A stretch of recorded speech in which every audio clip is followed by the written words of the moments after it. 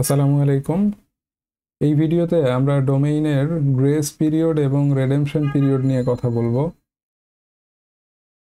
তো প্রথমে আমরা আমাদের যে টিউটোরিয়ালটা করা আছে সেই টিউটোরিয়ালটা ওপেন করে নিচ্ছি।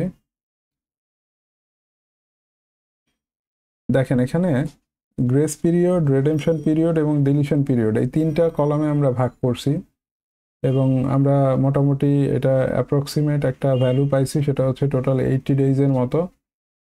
তো নর্মালি জেনারিক টিএলডিস যেগুলো আছে, মানে জেনারিক টিএলডি বলতে আমরা বুঝাচ্ছি .com, .org, .info, .net এই টাইপের ডোমেন যেগুলো আছে সেগুলো মোটামুটি অ্যাপ্রক্সিমেটলি 70 to 80 ডেজের মধ্যে এগুলো রিলিজ হয়ে যায়। মানে আপনি ডোমেইনটা যখন এক্সপায়ার হয়ে যাচ্ছে, ডোমেইনটা আমাদের এখান থেকে কোনো কেউ হয়তো বা ডোমেইন পারচেস করছে 1 বছরের জন্য, 1 বছর শেষ হয়ে যাওয়ার পরে উনি আর পেমেন্ট করেনি। তো সেক্ষেত্রে যেটা হবে, যেই ডেট পর্যন্ত তার এটা অ্যাক্টিভ ছিল তা ওই ওই ডেটের পরের দিনই এটা কিন্তু এক্সপাইরেশন পিরিয়ডে চলে যাবে, এক্সপায়ার্ড হয়ে যাবে। ওই এক্সপায়ার্ড হওয়ার পর থেকে প্রায় 70 থেকে 80 দিনের মধ্যে এই ডোমেইনটা সবার জন্য ফ্রি হয়ে যায়, রিলিজ হয়ে যায় নর্মালি। আর রেয়ার যদি কোনো কেস থাকে সেক্ষেত্রে 120 দিন পর্যন্ত লাগতে পারে। আচ্ছা, আর যেটা এক্সপাইরেশন ডেট যখন মানে শেষ হয়ে যায় তখন যেটা হয়, রেডেমশন পিরিয়ডে চলে যায় ডোমেইনটা।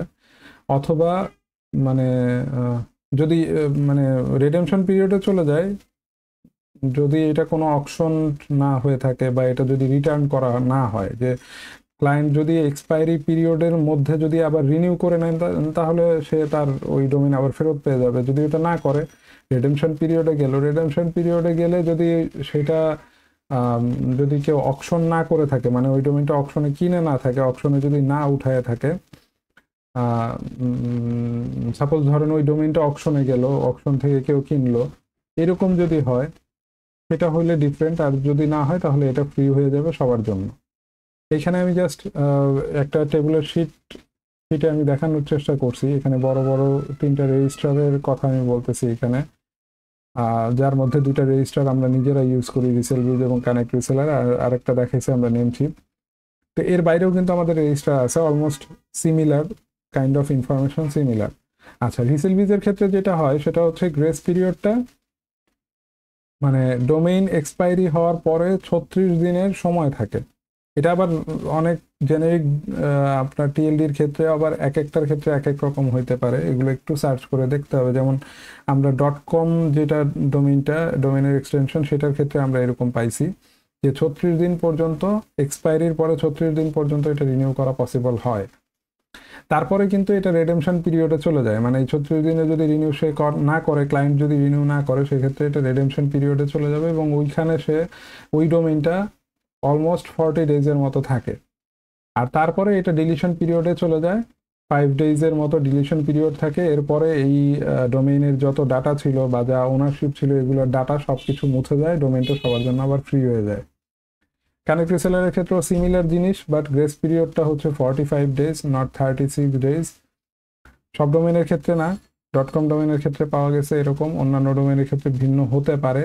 আর এটার রেডেমশন পিরিয়ড অলমোস্ট হচ্ছে 30 ডেজের মতো, ডিলিশন পিরিয়ডটা অলমোস্ট সেম 5 ডেজ। নেমশিপের ক্ষেত্রে যেটা হয় সেটা হচ্ছিল গিয়ে গ্রেস পিরিয়ডটা থাকে হচ্ছিল গিয়ে 30 ডেজ এবং রেডেমশন পিরিয়ডটাও থাকে 30 ডেজের মতো এবং ডিলিশন পিরিয়ডটা 5 ডেজ। তার মানে হচ্ছিল গিয়ে প্রত্যেকটা রেজিস্টারে কিন্তু আলাদা আলাদা গ্রেস পিরিয়ড, রেডেমশন পিরিয়ডের টেনিওর আছে, ঠিক আছে, ডিলিশন পিরিয়ডের টেনিওর আছে।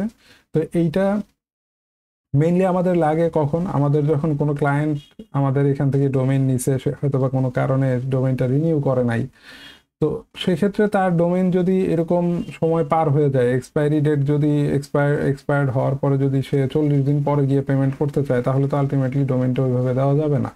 যদি .com ডোমেইন হয় সেক্ষেত্রে আমরা পারবো না। যদি কানেক্ট রিসেলার হয় সেক্ষেত্রে হয়তো বা হতে পারে, বাট রিসেল বিজ থেকে হলে পারবো না আমরা, কারণ 36 দিন পার হয়ে গেলে সেই ডোমেইনটা আর গ্রেস পিরিয়ডে থাকে না, রেডেমশন পিরিয়ডে চলে যায়। সেক্ষেত্রে তখন তাকে ওই ডোমেইনটা ফেরত আনতে হলে তাকে একটা বড় একটা অ্যামাউন্ট পে করতে হবে রিস্টোর করার জন্য। ডোমেইনটা তখন রিস্টোরেশন পিরিয়ড বা রেডেমশন পিরিয়ডে চলে যায়, তখন রিস্টোর করা যায়, তখন একটা বড় ফি দিয়ে রিস্টোর করতে হয়। তো সেটা যদি সে চায় সে করতে পারে। এছাড়া মোটামুটি টিপিক্যালি এরকমই থাকে, রিডেমশন পিরিয়ডটা শেষ হয়ে গেলে ডিলিশন পিরিয়ডে চলে যায় এবং ডিলিশন পিরিয়ডের পরে এই ডোমেনটা সবার জন্য ফ্রি হয়ে যায়। তো এখানে আরও অনেকগুলো রেজিস্টার আছে এবং এই সব রেজিস্টারের এই ইনফরমেশনগুলো আপনারা গুগলে সার্চ দিলে আপনারা পেয়ে যাবেন। হয়তোবা কোনো কিছু আপডেটও হয়ে থাকতে পারে, আমি যখন ভিডিও করতেছি তখনকার ইনফরমেশন এখন আপনি যখন দেখতেছেন তখন হয়তোবা এটা কিছু আপডেটও হতে পারে। প্লাস এটা হচ্ছিল গিয়ে বিভিন্ন ডোমেইন এক্সটেনশনের ক্ষেত্রে বিভিন্ন রকম হবে, জেনারিক বিভিন্ন ডোমেইন এক্সটেনশনের ক্ষেত্রে বিভিন্ন রকম হবে। আপনারা ওয়ান বাই ওয়ান সার্চ করে করে দেখবেন, এটা নিয়ে স্টাডি করবেন। স্টাডি করলে আপনারা মোটামুটি সবগুলো ডোমেইনের যদি মিনিমাম যেই ডোমেইনগুলো আমাদের বেশি সেল হয় বা যেই ডোমেইনগুলো আসলে অ্যাকচুয়ালি মানে বেশি ওভার দ্য ওয়ার্ল্ড ইউজ হয় সেই টাইপের ডোমেইন, যেমন .com ডোমেইন, .net, .org, এই টাইপের ডোমেইনগুলো আপনারা একটু চেক করবেন। বিভিন্ন রেজিস্টার দিয়ে চেক করবেন যে এই রেজিস্টার কতদিন গ্রেস পিরিয়ড দিচ্ছে, কতদিন রিডেমশন পিরিয়ড দিচ্ছে, ডিলিশন পিরিয়ড কত থাকতেছে, এই জিনিসগুলো আপনারা অনলাইনে চেক করলেই পাবেন।